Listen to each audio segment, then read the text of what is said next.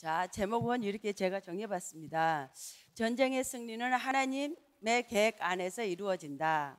사사기 6장에 지금 기드온에서 말씀하고 있는데요. 기드온에 대해서는 사사기 6장에서 8장까지 말씀하고 있어요. 그래서 사사기 6장 1절에 보면은 이스라엘 자손이 여호와의 목전에서 악을 행하였으므로 여호와께서 7년 동안 미디안의 손에 넘겨주시니라고 기록되어 있어요.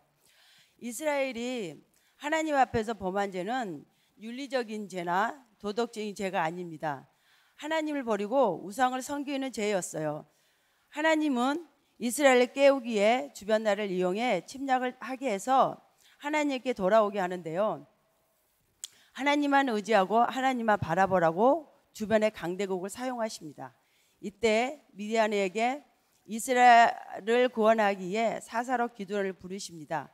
기드온은 므낫세 지파 중에 극히 약하고 아버지 집에서 가장 작은 자로 하나님이 기드온을 이스라엘 구원하기 위한 사사로 불러서 기드온을 통해 하나님 계획과 능력을 행하고 전쟁은 숫자에 있는 것이 아니라 하나님의 주권에 있음을 보여줍니다.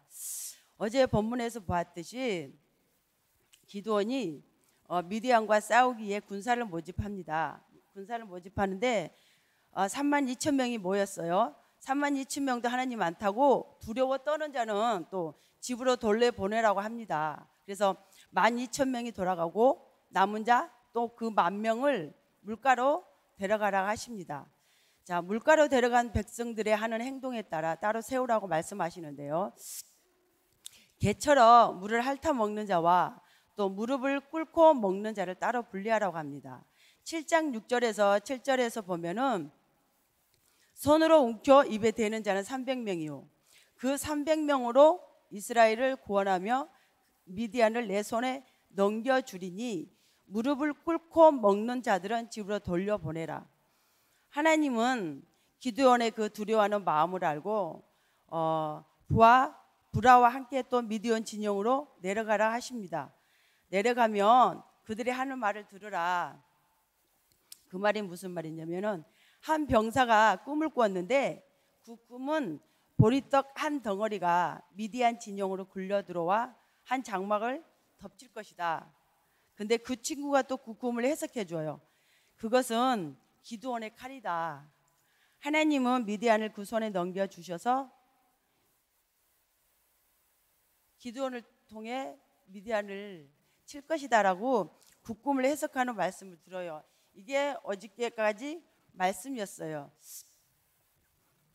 오늘 15절에서 25절 말씀은 기드온이 꿈과 해몽하는 말을 듣고 이제 미디안을 물리치기 위해서 계획을 짜요. 그 계획을 짜고 그 계획을 실행하고 그 생의 주관자와 실행하는 이는 하나님이고 기드온이 사자들을 보내 에브라임 지파의 도움을 요청해서 미디안의 두 방백 오렉과 수앱을 처리하는 내용이에요. 15절에 그 꿈과 해몽하는 말을 듣고 하나님은 기드온의 마음을 두려워하는 마음을 알고 그 상대방의 진영으로 이제 그 가게에서 구절에서 14절까지 그 이제 상대방의 병사들이 하는 말을 듣게 하므로 기드온에게 확신과 담대함으로 미디안의 군사들과 싸우게 해요. 그게 하나님이십니다. 자, 과거 이스라엘이 출애굽하여 광야를 통과하고 가나안 땅 앞에서 두고 2명의 정탐꾼을 보내 기생 라합을 통해 여리고 성 안의 주민들의 마음과 군사들의 상태가 어떠한지를 이야기를 듣습니다. 그리고 그 내용을 여호수아에게 전달함으로 하나님의 백성이 진군하여 오는 소식만으로도 그들의 사기가 꺾인 것을 알고 이스라엘 백성은 여호와 하나님을 의지해 승리할 수 있음을 볼 수 있습니다. 자, 300명을 세대로 나누어서 각 손에 나팔과 항아리 횃불을 들고 여호와를 위하여 기드온을 위하여 외치라고 합니다.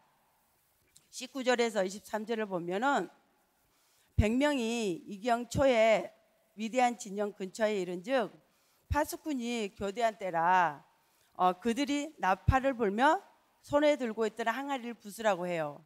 자, 구약 시대 히브리인들은 밤 시간에 계산을 하는데 해 지는 시각과 해 뜨는 시각을 중심으로 하여 세 부분을 나눈다고 합니다. 자, 해 질 때부터 밤 10시 사이를 초경이라고 하고요. 10시부터 새벽 2시까지 이경이라고 합니다. 그리고 새벽 2시부터 해 뜰 때까지 상경이라고 하는데, 여기에 이경초의 진영 근처에 이르렀다는 것은 밤 10시 사이에서 11시 사이, 그러니까 그 사이에서 이제 횃불을 들고 미디안 진영에 이제 적군에 들어가는 거죠. 그리고 그때가 파수꾼이 교대한 때라는 것은 군무 교대를 위해 인수인계를 함으로 경계가 소홀히 하기 쉬운 틈을 이용한 거죠. 자, 20절에 세대가 이제 보면 세대가 나팔을 불며 항아리를 부수고 왼손에 횃불을 들고 오른손에는 나팔을 들어 불며 외쳐 이르되 여호와와 기드온의 칼이다 하고 하시는데, 이 싸움의 주체는 누구시냐면 하나님이셔요.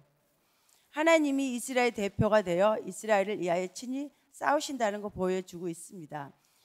출애굽기 14장 13절에서 14절 말씀에 보면 이스라엘 백성이 출애굽한 이후에 홍해 앞에서 있을 때에 뒤에는 애국 군대가 쫓아오고 앞에는 홍해가 가로막혀 있는 상황에 있을 때에 이스라엘 백성은 두려워하며 모세를 원망했어요. 그래서 이스라엘 백성을 향하여 모세가 이렇게 말씀합니다. 너희는 가만히 있어 여호와께서 행하시는 구원을 보라. 너희가 오늘 본 애국 사람은 영원히 보지 못하리라. 여호와가 너희를 위하여 싸우리라. 그리고 마른 땅같이 건넌 사건이 나옵니다. 그렇죠. 21절 말씀에 보면은 각기 제자리에 서서 그 진영을 에워싸며라고 말씀하고 있거든요. 기드온의 용사들은 미디안의 진영을 에워싸고 나팔을 불며 횃불 들고 함성만 질렀어요. 이스라엘의 승리는 여호와의 말씀에서 나온 검이라는 것입니다. 자, 22절에 300명의 나팔을 불 때에 그 여호와께서 그 진영에서 친구끼리 서로 칼로 치게 하심으로 적군이 도망하였다고 그랬어요. 그래서 하나님이 같은 편끼리 싸우게 해서 이스라엘 전쟁에서 이기게 했다는 것입니다. 기드온은 전쟁을 나갈 때 칼, 창, 방패를 한 것이 아니라 오직 말씀과 기도로 하나님을 의지하고 하나님 바라보고 나아갔습니다. 하나님은 300명으로 13만 5천 명을 이길 수 없음을 알고 기드온에게 나팔, 항아리, 횃불 들고 가라.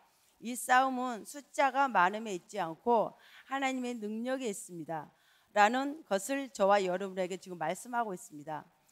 저는 이 본문의 말씀에서 전쟁을 하려면 칼과 창, 활, 방패를 나아가야 하는데 왜 하나님은 기드온에게 나팔과 항아리, 횃불만 가지고 가라고 외치라고 했을까요? 그래서 자료를 찾아봤는데 나팔은 공경을 알리는 신호로 위험을 주기 위한 것이었고, 또 항아리는 횃불을 감추는 도구로 사용되었고, 항아리가 깨질 때 그 요란한 소리는 적군을 부수고자 하는 그 인상을 주고자 함이었대요. 그래서 야밤에 또 그 300명이 한꺼번에 횃불을 한꺼번에 밝히게 한 것은 군대의 규모가 크게 보이게 해서 적군을 두려워 떨게 함이라고 이렇게 재료를 찾아보니까 있더라고요. 그래서 저는 이렇게 해석이 되었었는데요. 의문이 난 게 뭐였냐면은 나팔, 항아리, 왜 횃불만 갖고라고 했을까 했을 때 이 하나님이 저에게 이 말씀을 주신 것은 나팔은 말씀, 곧 복음으로 예수 그리스도를 의미하며, 항아리가 깨지는 것은 우리의 쓴뿌리, 자아와 고집, 혈기, 선입견과 편견, 그리고 완악함 등 예면의 그 복음 아닌 것들을 깨기 위해서 했다는 거죠. 그리고 이것을 오직 복음과 오직 기도로 하나님만 의지하게 한다는 거죠. 그래서 깊은 내면에 있는 굳은 것을 깨트리고 문제를 통해 우리가 다루는 방법인데, 어떤 사람은 경제로, 또는 어떤 사람은 질병으로, 어떤 사람은 사랑과 그 갈등, 남편과 자녀를 통해서 하고요. 또 환경을 통해서 하신다는 거죠. 그래서 이 모든 것을 이기기 위해서 기도로, 그러니까 횃불은 기도를 의미하는데 기도로 횃불을 밝혀 성령 충만함으로 이겨 나아갈 수 있다는 것을 오늘 본문을 통해서 깨우침을 받게 됐어요. 그래서 제가 최근에 경험한 것을 함께 나누고자 하는데, 저희 큰딸이 지금 결혼해서 우리 하람이와 지금 함께 가정을 이루고 살고 있는데, 이제 최근에 우리 사위가와 함께 이제 이렇게 살고 있는데 다투는 일이 있었어요. 그래서 그 사위가 갑자기 장로님에게 전화가 와가지고 도와달라고. 그래서 이제 그 내용을 듣고 지금 말씀 공부를 하고 있는데, 이 말씀이 너무 잘 들어가는 거예요. 잘 받아들이고. 근데 제가 이제 말씀하는 도중에 어떤 것을 알았냐면, 우리 이제 사위가 과거에 미션 스쿨 다녔고 이제 신앙생활을 하던 중에 여러 가지 이제 그 문제 중에서 이제 해석되지 않는 문제가 있었었나 봐요. 근데 이제 그거를 누구한테 도움을 받을 수도 없고 누가 이제 그렇게 알려주지 않으니까 이제 해석이 안 돼서 이제 신앙생활을 그만뒀던 거예요. 그래서 이제 지금 애주 가서 말씀을 이제 전하는데 너무 알아듣고, 또 우리 진주와 관계 속에, 또 하람의 관계 속에, 부대 내 병사들의 문제 있을 때 그 관계 속에서 말씀을 적용해 가면서 지금 하나님의 조금씩 알아가고 있거든요. 이제 그런 걸 봤을 때 너무 이쁜 거예요. 근데 이제 제가 이제 그 내용을 복음으로 이제 해석해 주니까 이 사이가 잘 알아듣는데, 나의 이제 기본적인 개념, 불신자와는 절대 결혼 안 돼. 그리고 성경에 불신자와 이게 명예를 맺지 말라는 말씀 있잖아요. 그리고 우리 진주한테 수없이 제가 그런 말씀을 했어요. 불신자와 결혼할 바에 차라리 혼자 살으라고. 그렇게 이제 몇 번 수없이 말을 했는데 그걸 깨는 일을 만났어요. 자, 만약에 제가 이제 요즘에 우리 진주하고 이제 사이가 말씀을 하면서 어떤 거를 하나님 저에게 말씀하게 하시냐면은, 만약에 처음부터 우리 진주가 정식으로 나한테 엄마 나 김서방하고 교제하면서 정식적으로 했다고 왔을 때에 제가 필사적으로 말렸을 것 같아요. 근데 하나님이 나를 아시고 그것을 나를 아시고, 그럼 나와 진주와 관계가 더 악화될 거 아니에요. 그죠? 겨우 지금 복음 안에 들어가고 좀 회복되어 관계 속에서 만약에 그 결혼 문제로 다퉜더라면 진주와 나의 관계가 더 악화돼서 더 상황이 안 좋았을 텐데, 하나님이 이런 나를 가장 아시고 이해가 안 되는 방법으로 저를 다루셨어요. 먼저 우리 진주가 하람이를 뱃속에 갖고 왔어요. 임신했다는 말을 들었을 때 저는 진짜 청천벽력 같은 소리였어요. 저한테 깜짝 놀랐어요. 왜 그러냐면은 군 생활을 잘 하고 있는 줄 알았는데 하루는 전화가 와서 엄마 나 임신했어. 그랬을 때 여러분 어땠을 것 같아요? 만약에 우리 진주가 제 옆에 있었다면 저는 이성을 잃고 우리 진주를 진짜 죽였을 수도 있었어요. 지금 생각해 보면은. 근데 하나님이 저를 잘 아시고 그 방법을 쓰셨다는 거죠. 그런 소리 들었을 때에 이제 장로님은 이 복음이 말씀이 이제 많이 풍성하게 알고 계시고, 그래서 옆에서 계속 복음으로 해석을 해줘요. 근데 저한테는 그게 들어오지가 않았어요. 저는 그 당시에 진주 입장에서만 생각했어요. 이 아이가 왜 이랬을까? 그 시커먼 남자들 속에서 여군이 군생활을 한다는 게 진짜 이건 말로 표현을 하지 못하는 거거든요. 왜 그랬을까? 제가 늘 그랬어요. 왜 그랬을까? 진주가 휴가를 받고 집에 와서 이제 저희가 태워다 주거든요. 그 당시에 운전면허증이 없어서. 그러면 태워다 주면 이제 기혼자 숙소에 있을 때 태워다 주며 엄마 앞에서는 항상 씩씩하게 하게 가는데 그 뒷모습 있잖아요. 그 모습이 늘 안쓰러운 거야 나는. 그러니까 이제 아무래도 지 마음에 고통스러운 게 있을 텐데 그것을 표현하지 않고 엄마 앞에는 씩씩하게 보이지만 뒷모습은 내가 보기엔 늘 아니었던 거예요. 이제 그런 마음이 와닿으면서 이 아이가 왜 그랬을까? 이 아이가 왜 그랬을까? 그러니까 너무 힘들고 고통스러우니까 제가 이제 아침 저녁으로 하나님 앞에 기도를 하는데 하나님이 저에게 그런 마음을 주셨어요. 만약에 사이 될 사람이 이름이 김항재예요. 기도해 주시기 바랍니다. 사이 될 사람이 이 아이가 진주를 만나 하나님을 만날 아이라며 그리고 이 아이를 통해서 그 감으로 살릴 아이라며 그런 생각을 딱 바꿔주시는데 그렇지. 하나님은 한 영혼이 돌아오는 건 천하보다 귀하다고 했는데 그러니까 진주 입장에서만 내가 생각했지 우리 사이 입장에 전혀 생각을 못했던 거예요. 그 당시에는. 근데 그 말씀을 이제 딱 받고 이제 제가 사이를 내 마음에 품으면서 계속 기도가 했어요. 그러니까 하나님은 그걸 통해 내 틀을 깼던 거지. 그러니까 이것을 발견하게 된 것은 제가 뭐냐면은 이 아이하고 문제가 있을 때에 복음을 전하면서 그러니까 장로님이 가서 말씀을 전하고 저는 열심히 제가 음식을 못해요. 저희 큰나무 교회에 와갖고 부엌에 식당 봉사하면서 제가 음식을 배웠어요. 진짜. 그랬는데 하나님이 못하지만 그래도 이렇게 내가 하는 선에서 열심히 섬기게 하시더라고요. 그러니까 하나님은 내가 못하는 것은 시키지 않아. 할 수 있는 선에서 시킨다는 거 요즘에 좀 이렇게 우리 두 아이를 섬기면서 배워가고 있고요. 그래서 하나님이 그걸 통해서 처음에는 이걸 발견 못했어요. 그러니까 단순히 그냥 우리 이제 이 아이를 하나님 만날 아이라며 그랬는데 아까도 말했지만 싸웠다고 전화가 왔어요. 제가 감사한 게 뭐냐면은 사이가 전화 안 할 수 있잖아요. 그죠?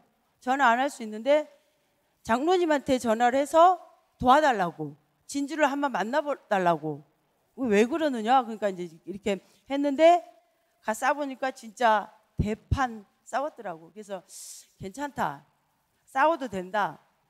잘 싸웠다. 괜찮다. 잘 싸웠다고.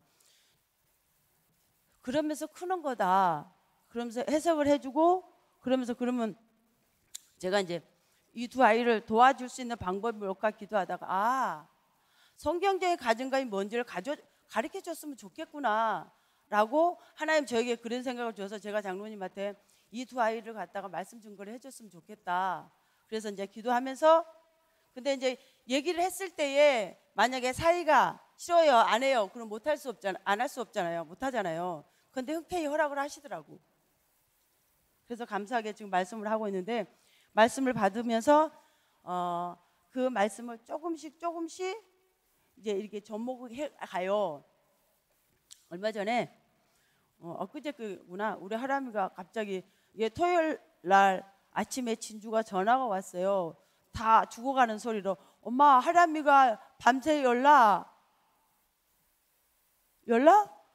그러면서 어떻게 해야 되냐 그러니까 어떻게 하기는 지금 토요일 날 할 수 있는 병원을 찾아서 가야지 한번 가봐야지 그리고 단순하게 처음에 말을 했는데 이제 기도가 되는데 하람이가 왜 아파?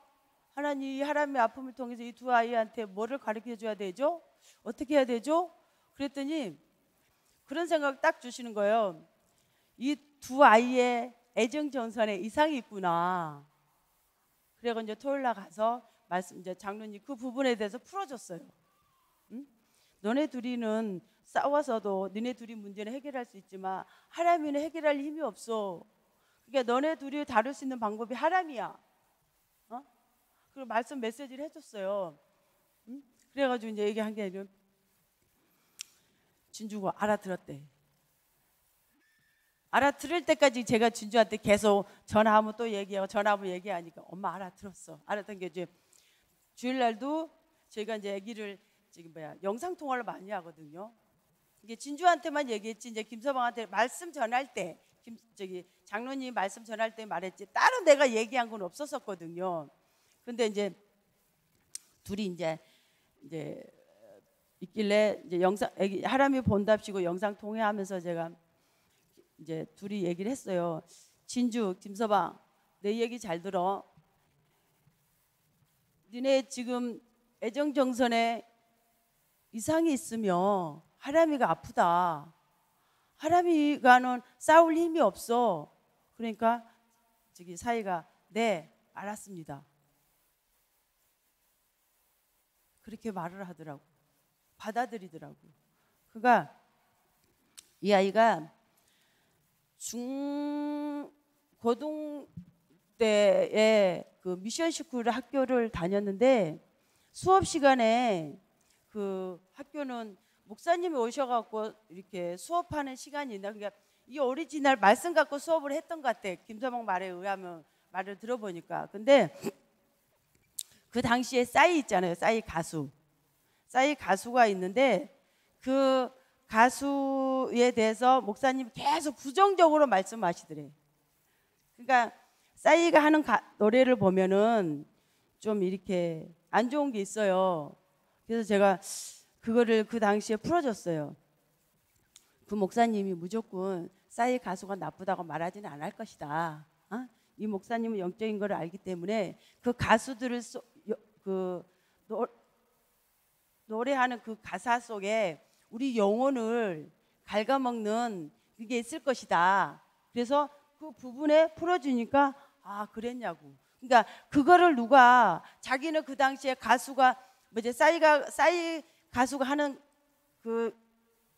유행가가 좋은데 목사님 무조건 싸이에 대해서 나쁘다고 말을 하니까 부정적으로 말을 하니까 이제 그게 이제 해석이 안 됐던 거예요. 그래서 저희한테 이제 말씀을 하면서 그 얘기를 하더라고. 그래갖고 이제 거기에 대해서 풀어주고 하니까 이 아이가 이제 해석이 되어서 그리고 이제 부대에서도 한 병사가 있는데 그 병사가 많은 그러니까 그 부대는 명령 체계 조직이잖아요. 근데 이 병사가 일병인데 그 담당이 있대. 하는 그 분야가 있는데 그 통신 담당이래. 근데 통신 담당이면 내가 그 통신하는 그 분야에 이렇게 공부를 해야 된다네. 근데 이 병사가 그거를 안 한대. 그래서 자기는 1년 8개월 동안 시간만 때우르고 제대할 거다.